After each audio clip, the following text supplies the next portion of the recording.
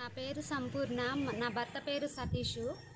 మాకు మ్యారేజ్ అయ్యి డిసెంబర్ 14, 2018లో అయ్యింది. మాకు ఒక బాబు పుట్టాడు. తర్వాత 2-3 నెలలు బాగానే ఉన్నాం. మేము 2-3 నెలలు బాగానే ఉన్నాక మా అత్త చెప్పిన మాటలు విను, ఎవరు చెప్పిన మాటలు విను. కానీ నా భర్త నన్ను కూడా వేధించిన, నా అత్తతో పాటు ఇద్దరు నన్ను వేధించి హింసించి నన్ను బాధ పెడుతూ ఉన్నారు.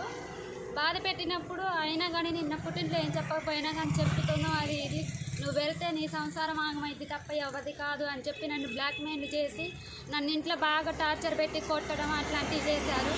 నాకు తిండి కూడా సరిగ్గా పెట్టలేదు. రాత్రి అన్నాలు, మాడిన అన్నాలు అవి పెట్టి వాళ్ళు తినంగా మిగిలిన ఉన్న అన్నమే నాకు పెట్టి నాకు అట్లా ముంచేసేవాళ్ళు. అట్లా ముంచి తినకపోతేనేమో నువ్వు తినేది అదే, నీకు ఇక అన్నం ఇక అదే నీకు అని చెప్పేసి అనేవారు.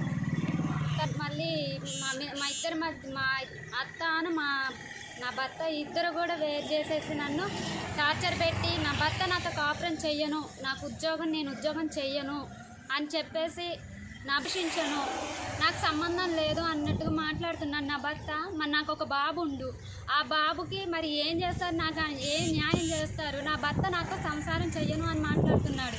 అలాంటప్పుడు ఉంటే ఉండు, వెళ్తే వెళ్ళు అని మాట్లాడుతున్నారు. నా పిల్లోని కూడా దగ్గరికి తీసుకోరు, కనీసం వాడిని చేతుల మీద కూడా తీసుకోరు. తనే నా తండ్రి అని తనకి వెళ్ళాలి అని చెప్పేసి తనకు కూడా నాతో పాటు నా కొడుకు కూడా టార్చర్ చూపిస్తున్నారు.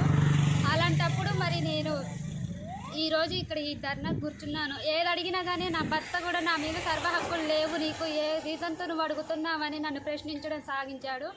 అందువల్లనే నేను ఈరోజు ఇక్కడ ధర్నాకి దిగాను.